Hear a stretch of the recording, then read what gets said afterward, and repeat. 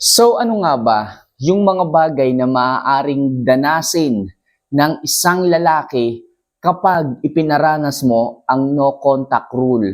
So ang daming natatakot, ang daming nagdadalawang isip na i-apply sa kanilang relasyon yung tinatawag na no contact rule. Kasi sinasabi nila sa akin palagi na, paano ka mamay kapag hindi na bumalik? Paano ka mamay kapag naghanap na ng iba?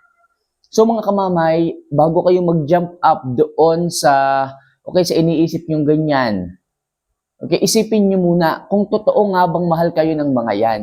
Pero syempre mga kamamay, sasabihin ko ngayon sa video na to kung ano nga ba talaga ang totoong mararamdaman o ano nga ba ang totoong mararanasan ng isang lalaki oras na i-apply mo sa kanya o iparanas mo sa kanya yung tinatawag na no contact rule. Para sa ganon, babawasan o mawala talaga sa isipan ninyo yung doubt, yung takot na gawin ang no contact rule. Pero mga kamamay, isa lang palagi ang hinihiling ko sa inyo if ever na nagugustuhan nyo po yung mga love advice, yung mga pangaral ko sa inyo. Okay, yung iba dyan, sinasabi, dahil ko pa daw ang pare kong mag-sermon. Siyempre, mahal ko po kayo eh. Siyempre, gusto ko pong ipaintindi sa inyo. Okay, ang sistema ng pag-ibig. Kasi yung iba nabubulag.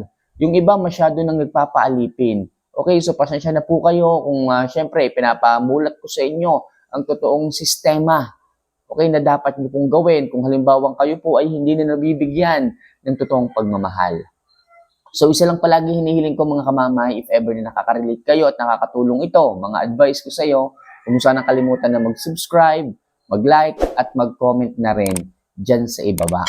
So kung nagawa niyo na po yan, maraming salamat at simulan na po natin ang ating topic ngayong umaga na to. So ano nga ba yung mga bagay na maaaring maranasan o maramdaman ng isang lalaki oras na gawin o iparanas mo ang tinatawag na no contact rule? So number 1, maaari siyang magtaka, magulat, at syempre, nandoon na yung pagkalito. Kamamay, anong ibig mo sabihin magugulat? Malilito. So yes, mga kamamay, yung akala ng isang lalaki na sobrang mahal mo siya, yung akala ng isang lalaki na sabi mo noon kuno na hindi mo kayang mabuhay nang wala siya, well, bakit ngayon iba ang nararamdaman ng isang lalaki base sa mga sinabi mo? Bakit ngayon bigla kang hindi na nagpaparamdam? At bakit ngayon bigla ka nalang lumayo at niha-niho hindi ka na nagpaparamdam sa isang lalaki? So ang tendency nito, magugulat siya. Kasi nga magkaiba yung ginagawa mo sa sinasabi mo sa kanya noon. Okay? Yung sinabi mo na hindi mo kayang mabuhay nang wala siya, pero ngayon, bigla ka namang hindi nagpaparamdam, nalilito ngayon, nagtataka ngayon ng isang lalaki kung ano nga ba ang totoong nararamdaman mo para sa kanya. So ngayon, yung lalaki ay malulungkot, yung lalaki ay maghahanap ng isang kagaya mo kasi masyado siyang umasa, masyado siyang gumawa ng mga bagay na hindi mo nagustuhan o hindi mo gugustuhin. Kaya ngayon, ayan ngayon siya mag-isa. Kaya ngayon, ayan siya, nag-iisip, nagtataka at nalilito sa totoong ano nga bang nararamdaman mo para sa kanya. Kaya ang tendency mga kamamay, once na i-apply mo sa kanya ang no contact rule, talagang magtataka yan, malilito. At syempre, magugulat sa asal na ipinapakita mo sa kanya, which is napakaganda nitong gawin sa mga lalaki na sinasamantala ang inyong pagmamahal. Alright? So next, sa ayaw at sa gusto niya, talagang sisirok ang pride niya sa'yo. Yes, mga kamamay, lagi ko sinasabi sa inyo, tapang, tatag lang ng loob ang kailangan. Kung hindi naman pinapakitahan kayo ng totoong pagmamahal, bakit mangangamba pa kayo na i-apply ang no contact rule? I-apply nyo man o hindi, ganun din ipararamdam sa inyo eh. At least, sa no contact rule, makakasigurado ka na talagang kung meron pa bang konting pagmamahal, magigising yun at magigising.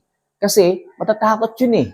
Kahit konting pagmamahal, ipapakita niya yun sa'yo. Kahit na konting pagmamahal na lang ang natitira, magigising yun para sa'yo. Okay? Kasi talagang wala eh, bababa at bababa. Sisirok ang pride niyan sa iyo. Okay, kung dati akala niya mahal na mahal mo siya, pero ngayon nung nawala ka, bakit ganyan? Okay? Hinahanap-hanap ka na niya. Yung pride niya na kaya ka nang tiisin noon kasi nga naghahabol ka ngayon, hindi niya na magawa. Bakit? Kasi mas matigas ka na ngayon eh. Kasi yung pride mo, nandiyan na sa sarili mo eh. Simula nung i-apply mo ang no contact rule, talagang iba ang naging impact sa isang lalaki. Yung dating lalaki ang nagpapahabol sa'yo at ikaw yung habol ng habol ngayon.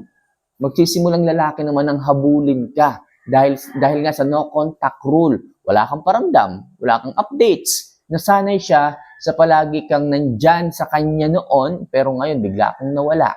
Kung kaya't ang isang lalaki ang magbababa ng pride para sa'yo sa tulong ng no contact rule. Magtiwala ka lang kamamay, sigurado yan. Alright? So next, promise, lagi kanyang hahanapin at iisipin. Yes, mga kamamay, sa mga panahon na ini-apply nyo ang no contact rule, sabihin natin sa una, pangalawang araw, hindi pa yan maghahanap. Pero pag lumipas ang 1 linggo, ang 2 linggo, ewan ko lang kung hindi umikot ang puwet niyan sa pagkamis, sa paghahanap niyan sa iyo. Okay, diyan ka na niya mamimiss. Diyan niya na mahahanap-hanapin yung mga bagay na ginagawa mo sa kanya noon. Diyan na siya magtataka kung bakit naging ganito ang lahat. Diyan na siya magtataka kung bakit hindi ka na bumabalik. At diyan na rin hahanapin ng isang lalaki yung mga pangako mo na binibitawan sa kanya noon.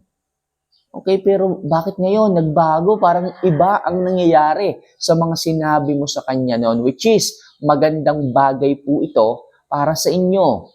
Kasi kung ang lalaki nananamantala, okay, ang akala niya at iniisip na sobrang dead na dead kayo sa kanya, yung sobrang haling na haling kayo sa kanya, pero ngayon, bakit ganyan? Hindi ka na nagpaparamdam, hindi niya na nararamdaman ang pagmamahal mo. Siyempre, sa tulog din niya ng no contact rule eh.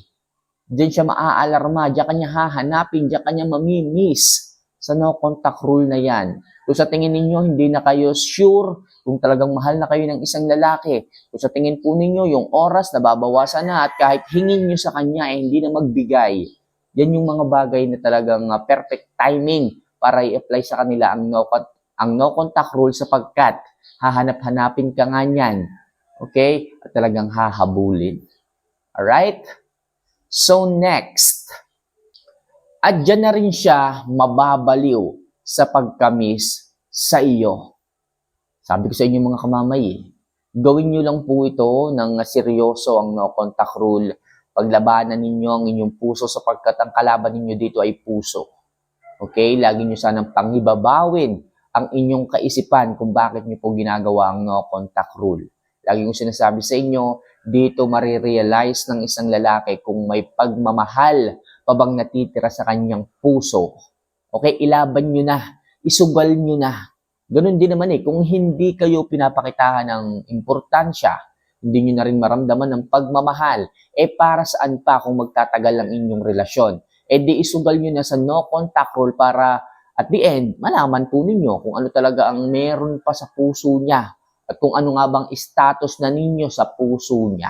Sapagkat magagarantiya ko sa inyo at masisigurado na talagang magigising at magigising kung ano man ang inyong status sa puso niya. Paano makamamay kung wala na nga akong puwang sa puso niya? At least, nalaman mo. At least, hindi ka hindi ka naghihintay at nanlilimos ng oras sa kanya. Maaga pa lang nalaman mo na kung dapat pa bang humawak.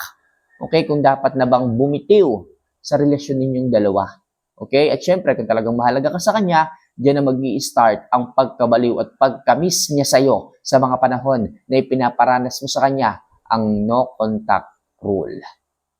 And last, diyan na rin niya makikita yung mga maling bagay niyang nagagawa sa iyo.